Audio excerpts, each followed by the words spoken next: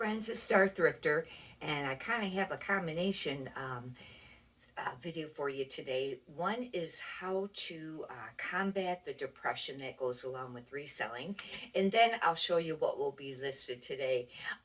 First, I'll discuss regarding the depression, and if you're not interested in listening to that, you can fast forward and just go to the thrift hall for what will be listed today.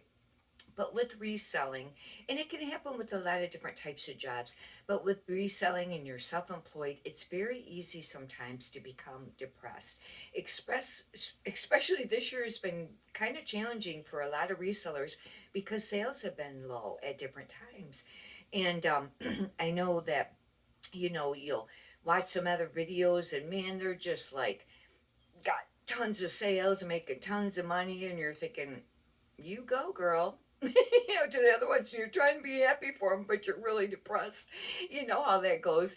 And but you are happy that they're accomplishing those numbers, but you would like to accomplish them too. One thing I have found that's very important is do not compare yourself and your reselling business to others, because that can really lead to a depression. And what I have found is that you just have to focus on your own goals and what you're trying to achieve, and you just have to stay with it. And some days I know it's really hard too when sales have been slow, and you need to list, because you need to list like every day, especially if you're selling clothing, and you're like, screw it, I ain't doing it, forget it, no, nada. Sales are slow. It's like, what would be the reason to go through all that work, just to list more, and it's not selling, and you get an attitude. Believe me, I totally understand, because I do that too. And what you have to do is you just have to say no. The more you list, the more you're going to sell. And it might have been slow today, but it's going to pick up, and sales are going to continue to increase. And it is true, very true, that the more you list and the more consistent you are with your listing, your sales will increase. Another thing, is just sometimes maybe you just have to step away. Step away for a day or two, or like the weekend. I don't suggest taking a bunch of time off, because then your sales are really, plummet. But sometimes if you just take a day or even a half a day, I know during the summertime, it was really great when I could get outside and work outside, because I'd forget all about it. And that always makes me feel great. Try to go do something that makes you feel great. Maybe it's, you know, going shopping to the mall, or, taking a walk, or whatever it may be, or, meeting with friends, just to step away from it. Then you are more motivated, because it's easy to get burnt out because you're doing the same thing every day. And it's really easy when you're doing it 7 days a week. And I have a tendency a lot of times to do it 7 days a week, because I don't have enough of the listings done, kept in drafts, to post on the days that maybe I wouldn't want to be doing it. And I need to get to that point, because it's a benefit to yourself, and and also to your store and your sales. But that's another thing too. And then it gives you a new perspective on it. And then I know if I do take a day or two off, then I'm really ready to list. I just see, it seems more motivated to list. But anyhow, I thought that I would just share a little bit of that. Write in the comments, how it is for you, and maybe things that you have found that's been great for combating it. We'll get right on to this, what will be listed today. And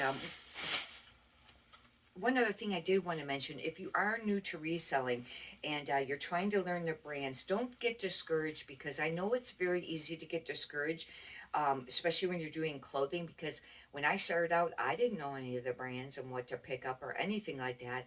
And it did seem overwhelming. And what I would do is I would make like little index cards, and maybe write a lot of the brands on there, men's or women's, or maybe maybe you could do just what type it is.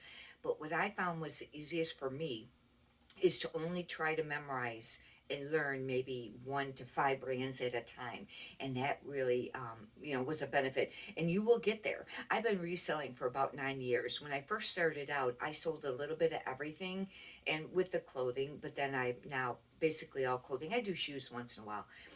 This is a great brand to pick up if you're picking up swimwear. And I don't pick this brand up hardly ever with anything else. But for some reason, their swimwear sells. And they're really nicely made, though. This is a Land's End, and it's a tankini top. I think it's an 8 or something like that. And I have my glasses on. 8 petite or something like that. I'll grab them. I'm surprised it'd be petite because I haven't seen too many. Yeah, it is. Because a lot of times in the swimwear you don't see the petite as much. But one thing you want to note is if it does have underwire, make sure you list that and whether it has padding or not. This has underwire but no padding. But the tankini tops. Now I picked up a lot of them last year, and I don't think I'll pick up as many this year unless maybe they're the larger sizes if they don't have the bottoms to match, or if they're one piece is great. But I will pick up still some, and I pick up some of the swim skirts and stuff like that. This was a really nice piece. It's a Ellie Tahari, and Tahari can kind of be a little bit of a hard brand to sell, but the Ellie Tahari seems to sell a little bit easier. And one thing nice about this, the Ellie Tahari is usually nice fabric. This, check out and see what this is made out of. It is like 91% silk, 9% elastine, but it's a very nice like drape neck. I used to always call these drape necks, but I think a lot of people may refer to them as cowl necks.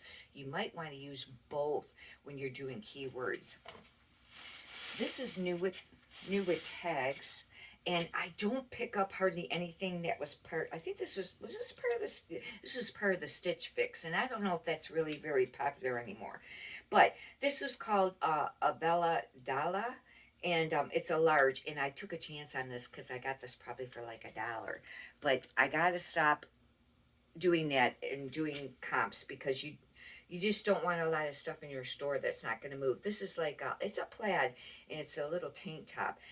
It probably doesn't have how much it was new, because you got to watch it. Even new with tag stuff, sometimes it can really sit and not move. I have a lot of new with tag stuff, and some it takes a long time. Anthropology. This is Loft Dottier, and I don't pick up too much Anthropology anymore. This might be silk, and that might be a reason that I picked this up. I was doing tank tops or sleeveless, and I haven't been thrifting that section as much lately. And I did real quickly when I think they were getting ready to close, or I was in a hurry. I didn't have a lot of time to look, and I found quite a few little pieces. This is a silk blend, and hopefully that will make it sell. Another great thing about this is it's pea plum, and that's supposed to be trendy. Pea plum is where it has like maybe a little gather or a definition there, and then it flares out a little there on the bottom. And but that's in Anthropology. I don't pick up very many Anthropology pieces anymore because they just seem to sit. I do pick up some, but I try to be selective. This is Equipment. This can be a really great brand. However, I find it doesn't move super fast. Equipment Feeney. This is a size small. And this is a sleeveless. It's a really adorable little cute little sleeveless blouse. This probably is silk. I thought I probably checked at the thrift store, but I wasn't sure. When I seen Equipment, I went ahead and got it. This was, 100, it's 100% silk. I apologize. I don't know if I paid $1 for that tank top because some of the days I get half off. On Fridays you have like a blue bag, and what you can fit in there is half off. But most of these were only $3.19 to begin with. If I got half off, that's pretty inexpensive. But some of them could have been $1 if they were the color of the tag for that week, and they may have, because I'm getting a lot of pinks, and maybe pink was the color. This one I think I will list, although I really like it. It's a medium. It's a Calvin Klein. I don't pick up hardly any Calvin Klein, but I figured if this did not sell, I may keep it. But it's very pretty. I really like it. I do pick up Calvin Klein plus size, but not in the small size. Very rarely. The dresses. This is only a polyester. This one's not that great of a piece. This might be Athleta. Nope, this is a Lululemon. And this is just a tank top. However, it is really neat looking. It's kind of got, not exactly like a ruffle, but if you're not familiar with Lululemon, there's their logo. Now, you got to really watch it with the Lululemon, especially if you're new to reselling. It used to be great, excellent brand to sell, but now it has really went down. The prices and how quick it sells. Some things still sell quickly and for more money. You just have to do comps. But the tank tops and the t-shirts, I don't know, for women. I did list, if you, I had a video up yesterday, I did just have a men's short sleeve. I listed that. I will tell you the story in a minute about another Lululemon I seen last night when I get to this other piece that I want to refer to. Lily Pulitzer, and this is 100% cotton. Now, this is a size extra large, and that should sell because it's a larger size. It's a little harder to move her brand. It's their brand. It seems like if it's solids, but they still can, you know, their dresses, but they're very noted for like the blue and the green florals or did I say blue and green? I meant to say pink and green, but yet sometimes they're a combination of different colors. The floral stuff. A lot of these are sleeveless because this is the bag that was sleeveless. But I picked up some last night too, and this was from last night. This is a Torrid 2. That means it'll be a 2X. It's just a little leopard print tank top. Torrid, you got to kind of watch it. It depends on what piece you get as to how much it will sell. It doesn't sell for a lot, but I seem to always end up picking it up. But this is leopard print, animal print, and I think that this will sell. And one thing nice about Torrid is they'll have a style number, and you can Google it to get your keywords. Just don't do the stock photos on eBay for sure. Use your own discretion on Poshmark. I know what they do over there, but I don't know if this will be a great brand or not. But I picked it up very quickly. It's and they were getting ready to close, and I looked up stuff, and maybe I just decided I would pick this. I think I decided I would just pick this up regardless because it's silk. It's 100% silk. It's called the Silk Wanda Way, but look how pretty this is. It's beautiful. Maybe you could even do wearable art or something. It's a tunic. It's very pretty. And it's only tacked on the edges. A lot of times your higher end brands would only tack just the edges, but you got to watch it. Some of the cheap brands right now, like the really fast fashion or odd name, you know, ones are doing that a little bit too, but you can kind of tell those because they look cheap. They look like they're made cheap. I thought this was really cute. Orange is not my color. I would maybe consider keeping it, but it's a V-neck, and I don't do a lot of V-necks. This is a Free People. I just realized right now that the size tag is missing. It's a little tank top, but it's kind of Roman. I will use Roman as a keyword. They don't repeat the size. Nope, they didn't. However, this piece looks a little newer because this tag, and this is lyocell. It's in linen. That's a great piece. Now, on Free People, on the very bottom of the rear of the material tag, there'll be an OB, or a GB number. And usually the OB, and using the OB, the two letters and then the number, a lot of times I can Google it and bring it up. The GB, not always, or vice versa. It's one or the other. This, oh, wait. What is this? It's really thin. It's really soft. Helmet laying, and it just has a P on it, but that could just mean for small because that is used as a small sometimes, and this is very soft. Helmet laying is a really nice brand, but the pieces don't move really quickly. This is polyester cotton, and it's just a really, I mean, it's really soft. It's very thin. I don't know. See how that goes. This was brand new with tags, and this is Velcro. And it used to be Velcro and the letterpress, but now they kind of, I don't know if they do that on all of it, but they stitch across it, and I think the manufacturer does that. But this is brand new with tags. It's a denim. Denim is supposed to be trending right now. It's really cute, and it has these little things on it with like a little sequin or something on the center of it, or maybe it's a bead. It looks like a bead. And this suggested retail price was $98. You know that the store sold it for less than that. But this will be really neat to list. And obviously you won't get nowhere near that. Even if you got half, would be really pushing it. This piece is a Rag & Bone. And Rag & Bone is another brand that can be expensive, but I don't pick up the pants hardly ever anymore. And they can be kind of hard to move.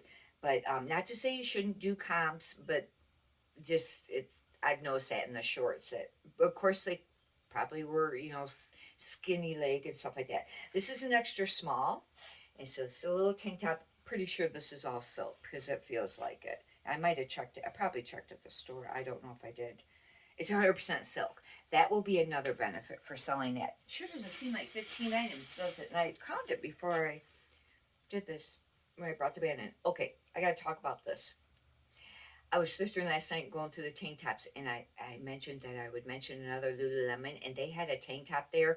It was kind of different. It had like this little plastic, hard plastic white thing on the side of it. Maybe it was some sort of special tank top, but they really been pricing up the Lululemon at this thrift store. I think they had it listed for $29. It probably wouldn't even resell for that unless it's something special. Maybe if you got 15 or something. I don't even know.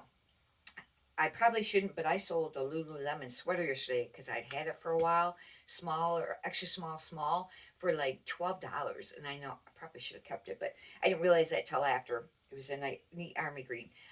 I come across this, and I just grabbed it right away. It's a Ralph Lauren black label. If you're not familiar, there's regular Ralph Lauren, and then there's black label, and there's purple label.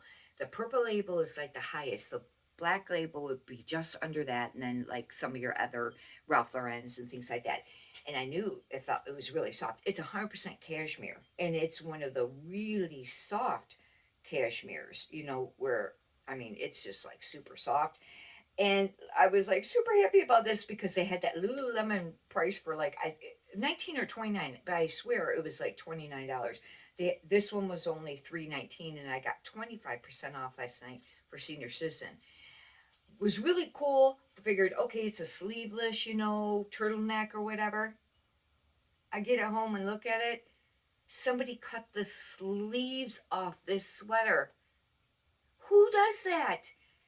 On a black label, Ralph Lauren, 100% cashmere, unless there was damage to the sleeve. But even if there was a hole, you think they would just sew it. And you wonder, was it the original owner, which I doubt because they would know how much this thing costs, or maybe they just have a lot of money and wanted a sleeveless sweater, or was it someone else that had it after that and bought it after that? Maybe it's been thrifted, another time prior, and maybe they didn't realize what they had. However, I was bummed, but what can you do? I've considered about listing it anyways because some people will buy 100% cashmere for making things. Now, I don't know if I will list it that way. I think I'll just maybe put right in the title, damaged, and then state what happened. Somebody could still wear it. They'd have to trim it up a little bit. I ain't messing with trying to trim it up a little bit because sweaters are hard anyways. If you cut them, it's not like there's a seam there where you can cut. Now, well, there might be a seam there, but you know what I mean? It'd be hard unless they cut before the seam, but then it would look funny. I don't even know. But I was bummed. But what can you do? I was a bummed. But it's like, it's still a cashmere piece. And fortunately, I didn't pay a lot of money for it because that particular thrift store, there's no returns. I hardly ever return anything. I used to in the beginning return stuff, if I found errors on it later on, but I don't anymore. The other store that I go to, I think there's a 3-day.